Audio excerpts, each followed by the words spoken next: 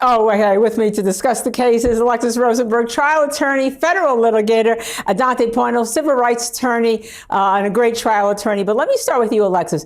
I'm going to ask you a multiple choice question right now. Is the prosecution case suffering from, shall I say, a non-flashy ADA presentation, bad forensics, the possible suspicion of the Boston PD, or a none of the above? I don't get all of the above. Okay, so if I had to pick one out of those three, I would say we've got some forensic issues is the worst thing they have going on. But I definitely think we got a little of all of the above. Yeah, the solo cup having evidence, the leaf blower blowing away the snow, the tape on the car, the grocery bag. I can go on and on. So let me now go to you, Adante. Let me give you from the defense perspective. Does defense have to show, or have they showed, who killed John O'Keefe? Is it their client? Have they moved away from their client? Is it someone in the Albert home? Is it someone at the bar who followed them home, or none of the above? I think from the defense perspective, you say it's all the above. You say it could be anyone. It could be a suspect can be from any of those sources or places. And that is muddying the waters and making the jury have to decide, was it really your client, meaning the defendant, or is it somebody else? And that's exactly what the defense attorney is supposed to do. So I say all the above, throw it all against the wall, see what sticks. And of course, as we all know, it's the prosecution's burden to prove a case beyond a reasonable doubt, which they must do to get a conviction. So anyhow, you're both saying with me, we here at Law and Crime are going to take a quick break. And when we get back, we're going to go right back into that courtroom. Stay with us. I'm Linda Kenny Biden. We're Law and Crime. Still with me is Adante Pointer and Alexis Rosenberg, who are still suffering from the effects of, I think, the multiple choice last time. So I'm going to be a little easier on you now. Let me first start with you, Adante. This testimony now, even though it had been dry, she's giving some testimony about seeing a female in a black passenger, a female and maybe a passenger, although she said now she didn't see a passenger in an SUV. How important is that for the prosecution? I can't hear you, Dante. You're on silent. Oh, there you go. Every once in a while, they want to muzzle me. It's laying down the foundation from an evidentiary standpoint, placing the defendant at the scene at or about that time in the SUV. So from the prosecution standpoint, it's just another link in the chain, that chain that they're hoping leads to conviction.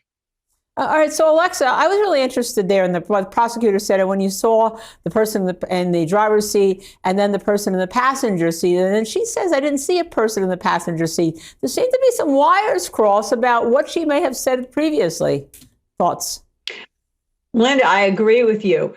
I mean, we have the testimony where she said when the car was in front of her that that's what she saw. Now, it's very, it's rising questions because she's saying that there was a female in the driver's seat, but was he already out? I mean, I'm listening to that testimony and I'm wondering, was O'Keefe already out and in the house at that point in time? Because she's saying that he wasn't in the passenger seat. Yeah, very, very interesting test, a very, very confusing case. I wonder what the jury is thinking, because we're all like, what are we thinking? We're not even sure. Mm-hmm. Anyhow, we're going to take a quick break. We'll collect our thoughts. And on the other side, this witness will be under cross-examination by Alan Jackson, very skillful attorney. I know that because I tried the Phil Spector case with him when we had the hung jury. He has multiple experiences in the courtroom, and he takes no prisoners. You have to stay with us for this one. So there you have it, kind of like almost a My Cousin Vinny. What could you see in terms of where you were and what you couldn't see cross-examination? So let me bring Alexis Rosenberg and Adante Pointer back into this. Let me start first with you, Alexis. What did she bring to the prosecution and to the defense, if anything? Well, to the defense, she brought up a lot of questions because she's testifying that we had a woman who, by the way, she couldn't identify that was the actual woman in the car and that she did not see a male in that car. The fact that the prosecution tried to clean that up by saying, well, but you didn't see him walk into the house, I don't think that cleared up the question that's now before the jury. Where was he? He wasn't in the car. So it's very likely that he was already in the house. And when she pulled away, he was already in the house. So there are a lot of questions that she has given the jury for that reasonable doubt. Okay, so Adante Pointer, from your perspective, you're sitting on the jury. You just heard Alexis. You're talking with her in that jury room. What do you say? I think I agree with what Rachel's saying. What comes from her testimony is that, once again, she's not able to place and did not see the decedent in the car or walking away. And so this creates a loophole, if you will, for reasonable doubt to escape. And so I think that it was masterful cross-examination by the defense attorney. He asked her questions leading up to the ultimate conclusion that he wanted the jury to essentially take from that testimony, which is she didn't see much and she was looking. So it was a powerful witness, I think, for the defense in that way. Okay, so Dante, let me just give you one follow-up question before we go to break. If you were the prosecutor, then how are you going to rehab her? Because the rehab, in my opinion, like you said, failed. What would you have done differently? I think instead, you may not have gone into such a rapid fire response. You might have drawn it out and then gone back and reaffirmed the testimony that you got on direct.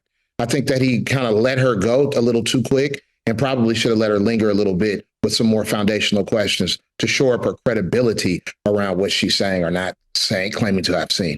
Very interesting. Goes to show you how lawyering really matters in a courtroom, especially in a close case, especially where you have a defense who's done their homework. Okay, stay with us. We're Law and Crime. We're going to take a quick break. And on the other side, we will have more on this case and others. You want to know which ones? You have to come back. Now, let's bring in my guest, Alexis Rosenberg, trial attorney, federal litigator, to discuss this with me. Now, you just heard and watched all of that, Alexis. When we were watching it together and Julie Nagel was on the stand yesterday, the first time she even testified about seeing a blob in the snow. So what do you think about this testimony? I mean, the testimony that we just watched, it's so conflicting because it's not consistent. And the fact that somebody would walk out, they see a black blob, although we do have to keep in mind that there was a lot of drinking from the testimony, it appears, and doesn't mention it to any investigator. It's not mentioned at all. And now it's coming out that there was this 6 to 7 foot long blob.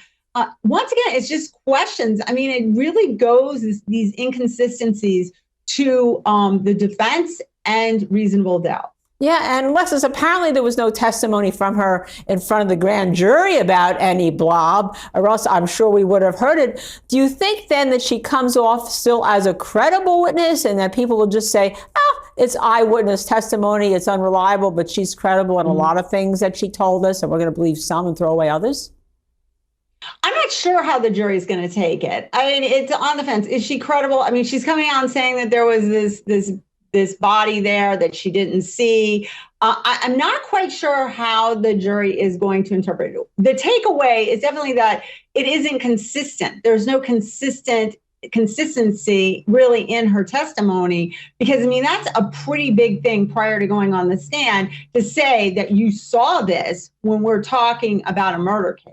Yeah, so we also heard, as you know, from Brian Albert Jr., Caitlin Albert, Tristan Morris, Caitlin's boyfriend, and Brian Nagel. What do we think about the different opinions about whether they saw a body on the lawn of the Alberts' residence? It appears from the testimony that I mean, what's coming across, that I think the way the jury is going to view it is they're not really sure what they saw, because it seems from the testimony that they weren't necessarily really paying specific attention to anything. And although we just heard some testimony that it was the SUV was out of the ordinary, they hadn't seen this SUV, it wasn't so out of the ordinary that they were really directing much of their attention to it. Yeah. And then with all that, then how are we going to understand, if we are sitting on the jury, what really happened to John O'Keefe? And I guess that's the question, is the prosecution proving their case beyond a reasonable doubt as to who killed John O'Keefe, if he was killed by somebody that's in that courtroom? Well, I mean, they have to prove that the defendant, Karen Reed, killed somebody, not that somebody killed him. So that all of this is really going towards the defense. It's really going towards, all right, we're not sure. I mean, yes, he is the deceased, and we know that, but we're not really sure if it was her. I mean, the testimony that we just heard in the previous segment about the person in the SUV, the witness could not say for sure that that was the defendant. They just said that there was a female in that car, and they testified that the light was on and that they could see very well inside the car. So let me give you one final question before we take the break. As you know, in any high-profile case, but in any case, really, the jury is looking at the defendant as we saw her there. Is there anything about her demeanor that the jury will take away to form their verdict or form their opinions that is not spoken in that courtroom? Well, and like you said, they're going to look at the way she reacts to certain testimony, any defendant, not just this specific one. They're looking and taking in how she's perceived, if she looks like she's credible, just by not even saying anything, and her reactions, which is really kind of hairy in the sense that, people react to different things in different ways. But I am not seeing anything that I've witnessed that stands out to me that is an inappropriate reaction or a startling reaction.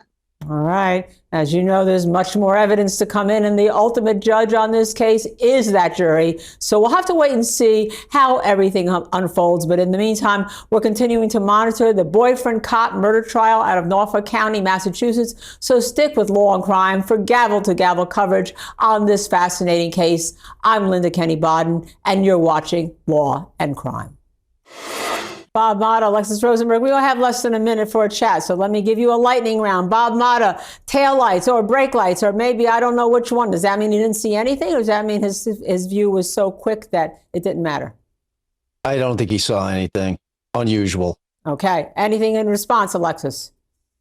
No, I agree. I mean, once again, we've got inconsistency, and now we've got the picture. It seems like his view could have been obstructed. Okay, so a picture's worth 1,000 words. Do you get a picture of what happened from this witness? Alexis, start. No, I don't think we do get a full picture of what happened. Bob Motta. From this witness. Full confusion. That's what you get when you look at the other two people in the car. Full confusion. Okay, so the witness said he guessed maybe he saw half a vehicle. He pointed around this area for the snow. What does that tell you, Bob Motta? Tells me that he doesn't remember what was going on that night because there was barely any snow on the ground at the time he was behind the car. So, Alexis. Agreed. I don't know why he was on the stand. Yeah, I want to thank you both for your quick lightning round. 6 answers under a minute. We're going to take a break. When we come back, more, this time of the cross-examination of this witness. Bob Motta, I think that he's really the most credible witness who basically has nothing to say, but very credible. Agree. And his story's just been the most consistent. I mean, you've got the problem with Ryan and his sister Julie having very, very different stories about what happened in that very short period of time. And he's coming off as the guy who probably had the best idea of what actually happened that night. But Lally's got a very dry style of, asking questions, not direct. So it's kind of a hard listen. Yeah. So, Alexis, are we any closer at the end of today's day to finding out whether or not Karen Read is guilty of a crime? No, I would say we definitely are not any closer. But I do agree with Bob's assessment of that witness. I think he came across as the most credible. And very interesting that sometimes our nonverbal cues are very good, because both of you, if you looked, were shaking your head no when I asked if we were any closer to finding out whether or not Karen Read was guilty of homicide or murder. Bob Motta, you are the host of Defense Diaries podcast. Alexis Rosenberg, you are a great trial attorney and federal litigator, and you've been fabulous today joining me with my lightning rounds and all. But that's going to do it for me here on Law and Crime here. I'll be back next Wednesday. I'm Linda Kenny Bodden, but Bernardo Villolona will be up next. Stay tuned.